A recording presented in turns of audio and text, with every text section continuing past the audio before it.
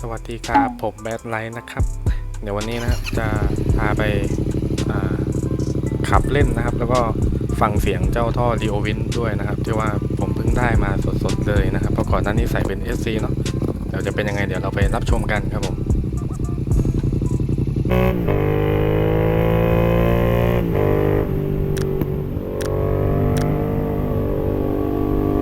เสียงค่อนข้างนุ่มนะครับนุ่มกว่า SC พอสมควรเลยนะครับ